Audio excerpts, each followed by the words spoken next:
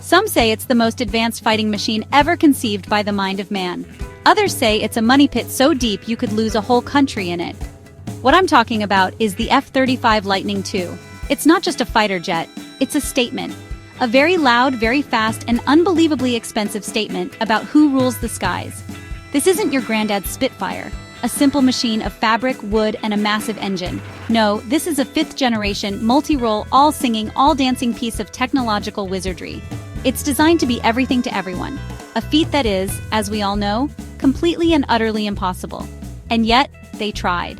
The whole mad project was cooked up by the Americans, of course.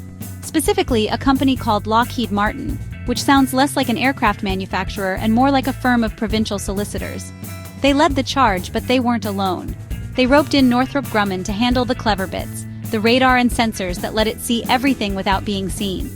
And for the engine, the big noisy part that turns money into speed, they went to Pratt & Whitney. It was a massive undertaking, a grand plan to replace a whole fleet of older, simpler jets with one magnificent do-it-all superjet. The ambition was biblical. The idea was born out of a simple yet monumentally complex question. How do you build one airplane to replace four? The American military had the F-16, the A-10 Warthog, the F/A-18 Hornet, and the Harrier jump jet, all brilliant in their own way, but all getting a bit long in the tooth. So the Pentagon, in a moment of what was either genius or insanity, decided they wanted a single platform to do all their jobs. It needed to be a fighter, a bomber, a close air support machine, and it needed to take off and land in different ways. This is like asking for a car that is a supercar, a family estate, and a rugged off-roader all at once. And it wasn't just an American daydream. They convinced a whole host of other countries to join the party, a bit like a timeshare for a fighter jet. The United Kingdom, Italy, the Netherlands, Australia, Canada, Denmark, Norway, and Turkey all chipped in money and expertise. This was called the Joint Strike Fighter Program. It meant everyone got a slice of the pie, but it also meant the design process became a bureaucratic nightmare. It was designed by committee, which is how you end up with a camel when you were trying to design a horse. Except this camel had to be invisible to radar and go twice the speed of sound. Right, so you have this one jet, but it comes in 3 distinct flavors, like a Neapolitan ice cream of aerial destruction. First up is the F-35A.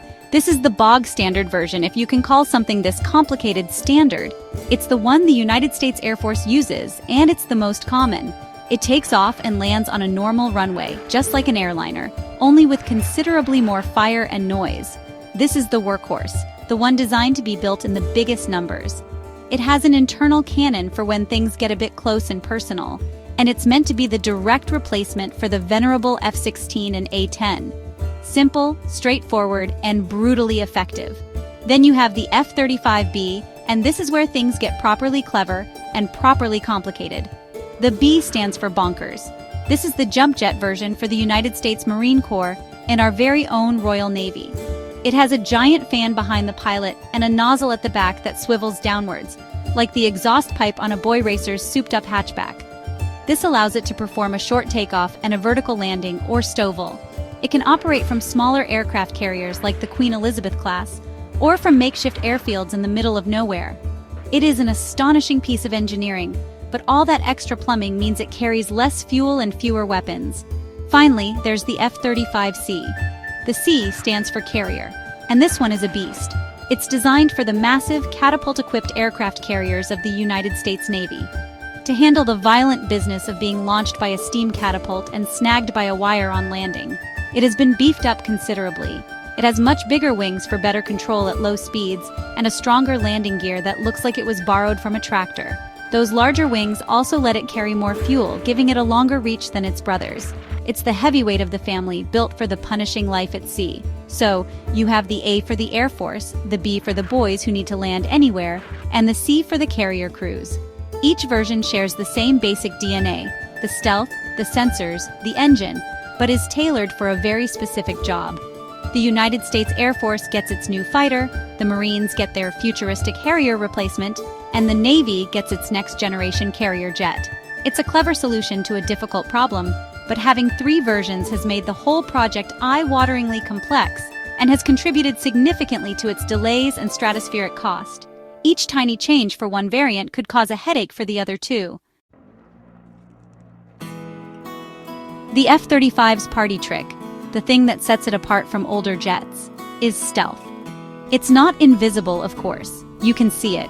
But to a radar, it's supposed to have the signature of a metal golf ball.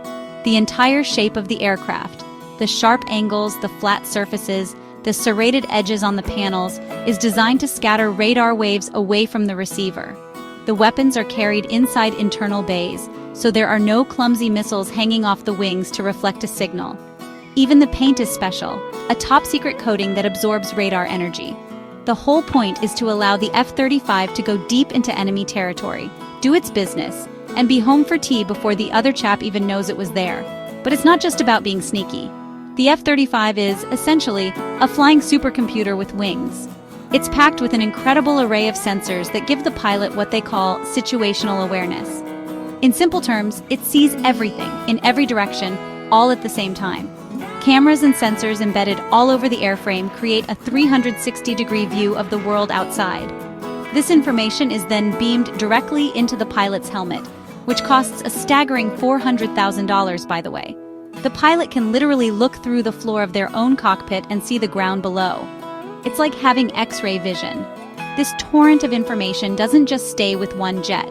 The F-35 is designed to be a team player. It can share everything it sees with other F-35s in the area, with ships on the sea, and with commanders on the ground, all in real time. It's a quarterback in the sky, gathering intelligence and directing the battle. An F-35 can detect a threat, not engage it itself, but instead send the targeting data to an older, non-stealthy jet or a warship miles away to take the shot. This networking capability is what military types get really excited about. It changes the entire battlefield. Because of this blend of stealth and sensors, the F-35 is a true multi-role aircraft. One minute, it can be an air-to-air fighter, hunting other jets. The next, it can be a bomber, dropping precision-guided bombs on ground targets. It can also perform electronic warfare, jamming enemy radars and communications, or act as an intelligence and reconnaissance platform, snooping on the enemy without them ever knowing. It replaces a whole garage full of specialist machines with one very, very capable and very, very complicated Swiss Army knife. Now we get to the elephant in the room, the cost. The F-35 program is officially the most expensive weapon system in history. The total cost over its lifetime is projected to be over $1.7 trillion. Yes, trillion. You could buy a fleet of solid gold super yachts for every man, woman, and child in Belgium for that kind of money. The development was plagued by software glitches, technical problems, and massive cost overruns. For years, the project was a punchline, a symbol of government waste. The press had a field day every time a new bug was found, or the budget ballooned yet again. Despite the painful birth, the F-35 is now a reality and is replacing older jets at a rapid pace. The F-16 Falcon and F/A-18 Hornet, brilliant servants of the West for decades, are being put out to pasture. The iconic A-10 Warthog, beloved by ground troops for its grit and massive gun, is also on the way out, much to the dismay of its fans. The F-35 is the future, and it is being adopted by air forces all over the world. From the UK and Australia to Japan and Israel, nations are lining up to buy it, believing it offers a generational leap in capability that they simply cannot afford to be without in the modern world. This international cooperation is a key part of the F-35's story. It's not just an American jet, it's a global enterprise. This strengthens alliances, as partner nations operate the same equipment, making it easier to fly and fight together. However, it also creates political headaches. When the United States kicked Turkey out of the program in 2019, it caused a major diplomatic incident and a massive manufacturing problem, as Turkish factories were supposed to build hundreds of parts for the fuselage.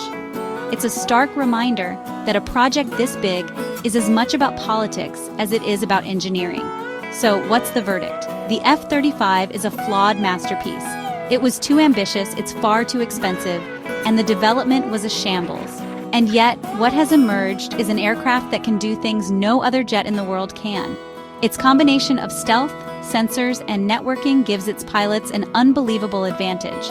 In today's increasingly dangerous world, having the best toy in the sandpit matters. For all its problems, the F-35 Lightning II is fundamentally important. It is the machine that will guarantee Western air supremacy for the next 40 years. And on that basis, you'd have to say it is probably brilliant.